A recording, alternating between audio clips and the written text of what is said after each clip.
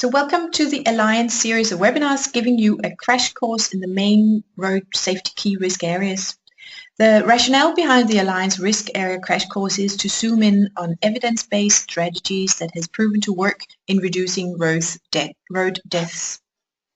On this slide, you can see an outline of the course. This week, we will focus on speeding and speed management. Speeding is one of the main causes of fatalities on our roads, and speeding under the heading Slow Down is also the theme for the United Nations Global Road Safety Week 2017. It takes place from the 8th to the 14th of May. Please check our website and our newsletters for much more information about the week and things you can do to slow down. The Alliance has 180 members, and many of those are working in speed management.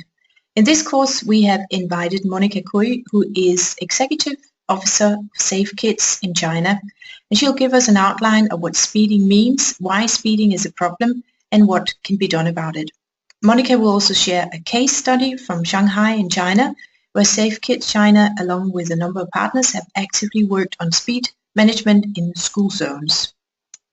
But before I turn it over to Monica in China, I just want to let you know that we have collected a number of resources for you to explore further. You can find them on our website, which is shown here. This is also where you put your question and evaluate the webinars. But let's get started. Monica, welcome to you. Hello everyone, I'm Monica Cui from Safe Kids Worldwide China, and I have been working on child safety since 2002, and road safety is the key area that Safe Kids China are working on. I would like to share with you about a pilot survey on speed limitation at school zone.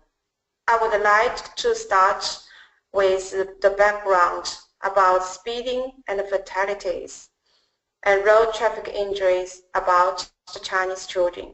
And then I will go through with you about the survey from objective method and how we do it and what's the result and also the conclusion.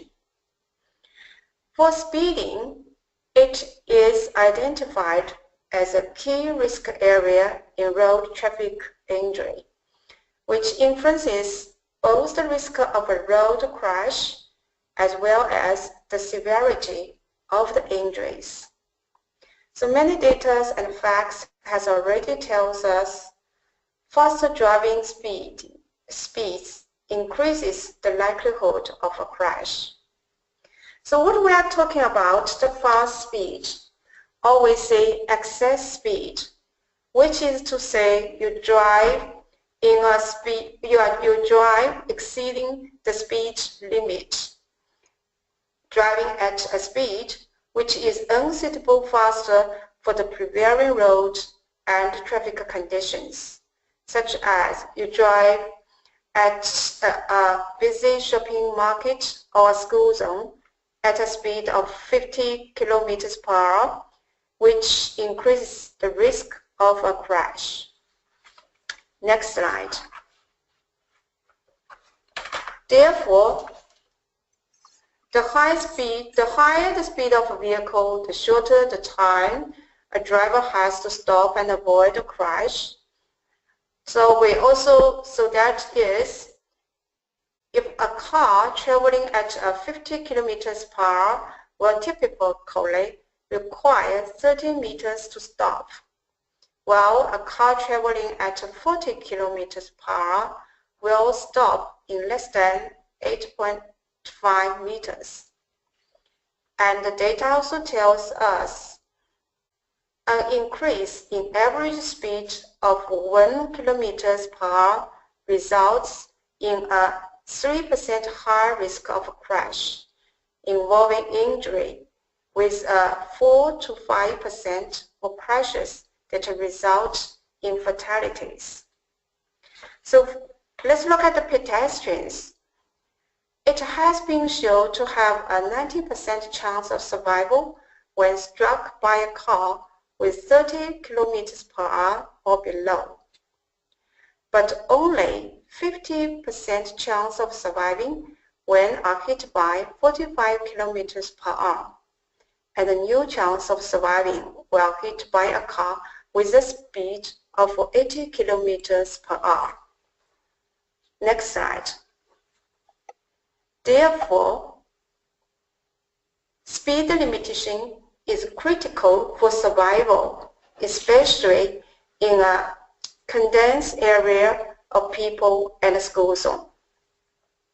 So, it has been called for limit to 30 kilometers per hour as a way of traffic with high pedestrians such as school zone. And it is for the school zone, it is not only the fact that high speed will lead to a high risk of crash, but also for the development of children's cognition. Children under 11 are less able to have the right make decision on the road. So next slide. Let's look at the China. For China, speeding is also the major cause of the road traffic crashes.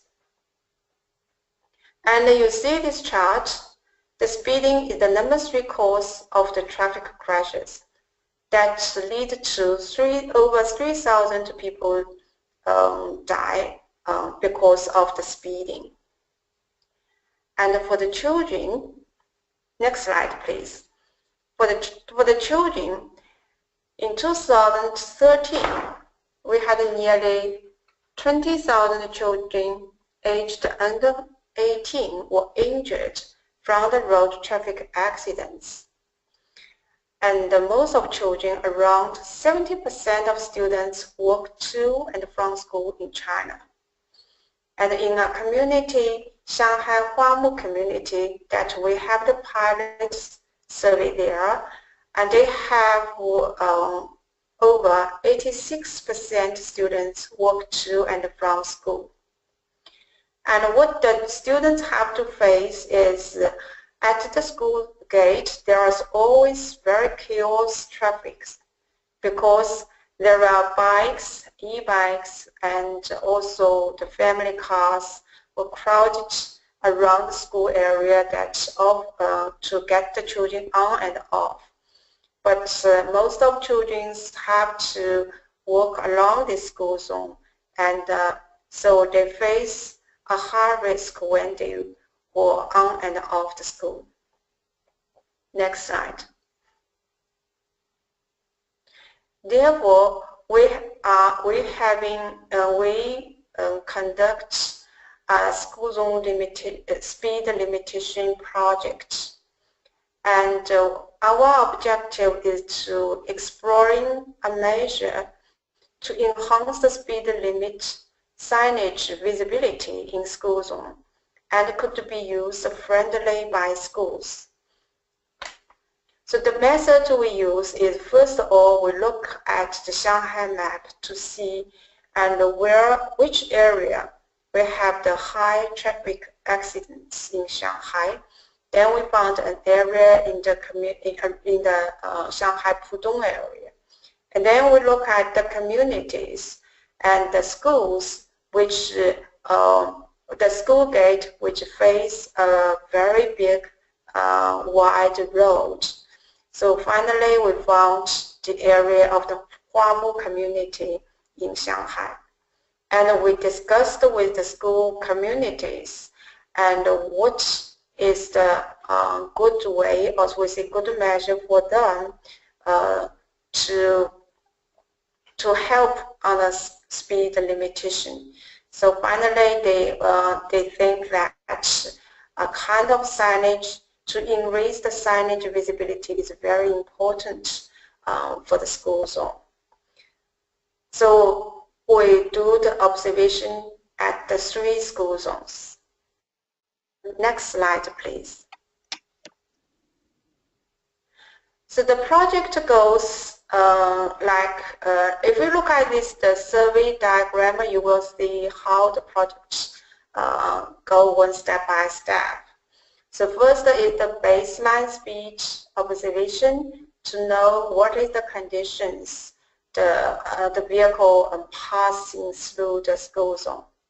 Then after that, we use the intervention tool that is a kind of signboard and with the speed limitation on it. It says 30 kilometers per hour.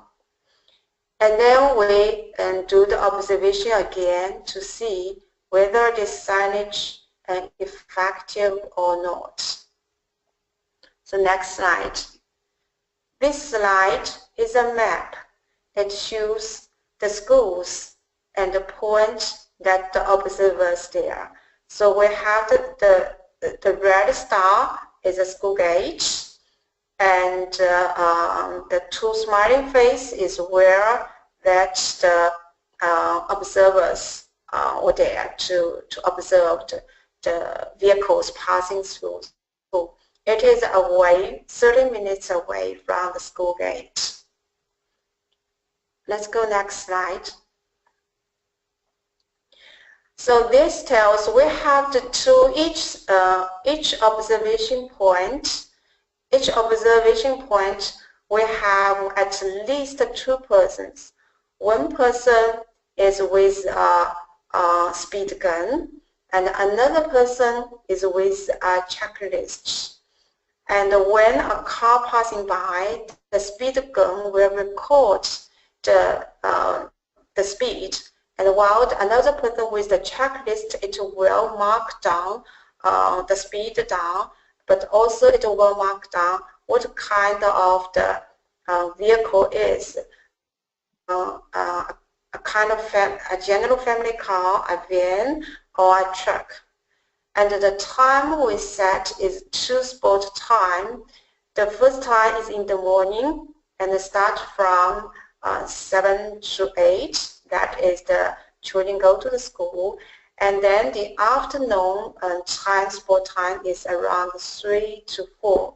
So each the time we have in these two times we have the observers at the observation point there. And it continued for 1 week, so around 6 days. Monica, is this this one in the right corner here? Is that the table that you used? Is that the observation sheet? Yes. This one. Oh, okay. Yeah. Yeah. So on the right side corner below is the observation recording sheet. So this this slide will show you the intervention tool. The right side you see the 30 kilometers. It is kind of the it is actually said the Chinese word said it's a school zone. Then we have the speed, the number of the speed limit on the saying 30 meters per hour. 30 kilometers per hour, and it is solar energy, but at the same time it can be charged to electricity. So it's put at the school, and when on and off school, and it has the wheel and down, so the school will have this signage. 50 meters away from the school gate to have it out on the street. And so when the drivers see this school, this signage, they will slow down their speed. And the red 30, it will flash so make the drivers can see clearly. At the same time, it is almost in the level of the driver's eye, so it will see more clearly if the signage is on the top over the head. So what do we get to the results? Next slide, please. So The baseline we observed 2,000 vehicles, and also the intervention we observed also 2,000. So we found that 55% drop for the vehicles that they drive below the within the speed limitation that is 30 kilometers per hour, and also the 40% down, that is the drivers that drive over the around 40 kilometers per hour. So the 35% is over exceeding speed. So if the zone was 30 kilometers an hour, they were exceeding 35%. Is that what it means? Yes. Okay. So this is at baseline. Yeah, this is at the baseline. So if this is what we record, and with the intervention tool, you can see the cars stopped, and some cars suddenly stopped or suddenly slow down their speed when they pass in the school zone. So this is a still picture of the actual tool.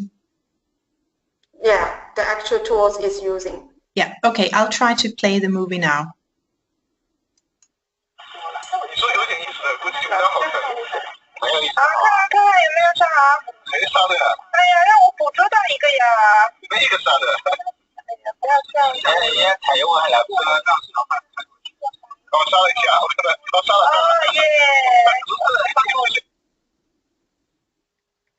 So you're cheering. So you're cheering because he was slowing down. Yeah. People were cheering. Yes. Good. You see the next one. The next one is also very clear that a car is suddenly stopped, suddenly slow down. I move on. Yeah, you can see. Okay, I'll try to play this.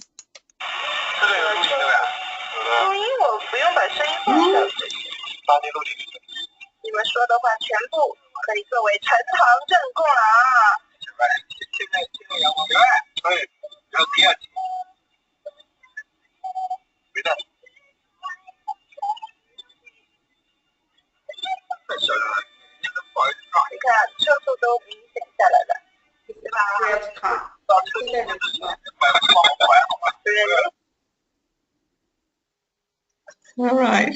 Yeah, it's very clear. Yeah, okay. So let's look at the conclusion, and we can see the intervention tools did help reduce about 1/3 overspeed vehicles. And we think that is sometimes even better with the traffic enforcement, because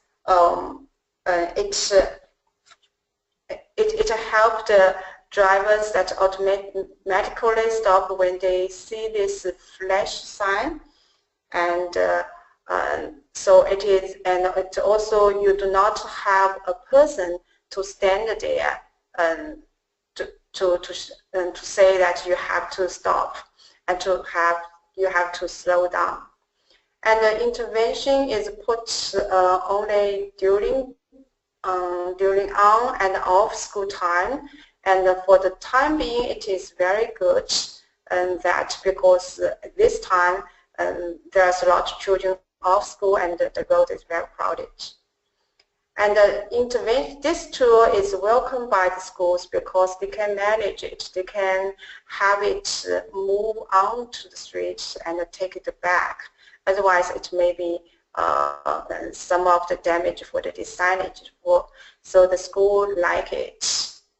And what is also, there are some of the later we found there are some of the people tells us that why you only use it during on and off school, and for the drivers they should also have the concept anytime when they cross the school zone, they should slow down. This should be the habit. I think this is yes. Drivers should have the habit.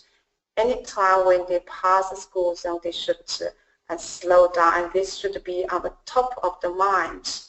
But sometimes you are facing the issues, because if you want to have the meet the issues, like if you want to have the signage on the roads all the time, and you need to have more more effort with the community, with the government officials, or with the different departments to have this kind of signage on, or you have the road engineering department join too. So it may take time for do it. So during this time being, you cannot stop to say, you cannot stop for the children's safety. So I think maybe when you face such kind of issues, maybe this is a kind of solution that you can take and to start. And this is also can be a model to show to the related government agency to say that if you do have a very visible signage, it will do help to make the school zone safer for children. Thank you. Monica, could you talk a little bit about the partnership that you did? Who did you partner with in this intervention? Okay. When we do this intervention, and we partnered with the community, and it is very important for this project, as CIVKIS China do not have such a kind of the manpower to do it. So the community, the local community in Shanghai, we call it, because this is a Huamu residential area, so they have a community called the Huamu community.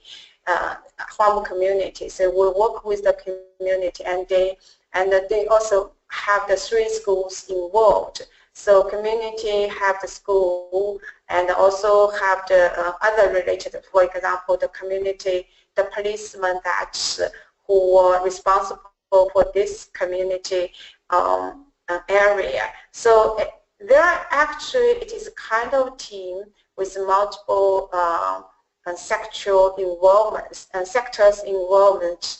They have the community leaders and the police and the school, and also the other departments who are related to the children safety. So we have a team that from the beginning and to fund of this project, starting from which school area should be in, and the police accompanied us to check with the schools and of the street conditions. So finally we pick up the 3 schools because they all face the wide road, and also the school like to work and will be happy to work with too. So this is a very important when you work with when you work on such projects. You work with the local community, and they can call the multi-sector together. And so finally, actually, the signage, the investment is from the community, and the community were eager to say we have the funding to make this sign for the schools. Yeah. So is this permanent now, or was it an intervention you did for a time period? It is permanent now, because I found the schools is still using this kind of the signage when they think it is usable. Yeah. And in terms of scaling up, what do you have any plans there, and what are your strategies to do that? The strategy is like this, because we do it is around, this project is a pilot project, and it starts I think 2 years ago that we do it.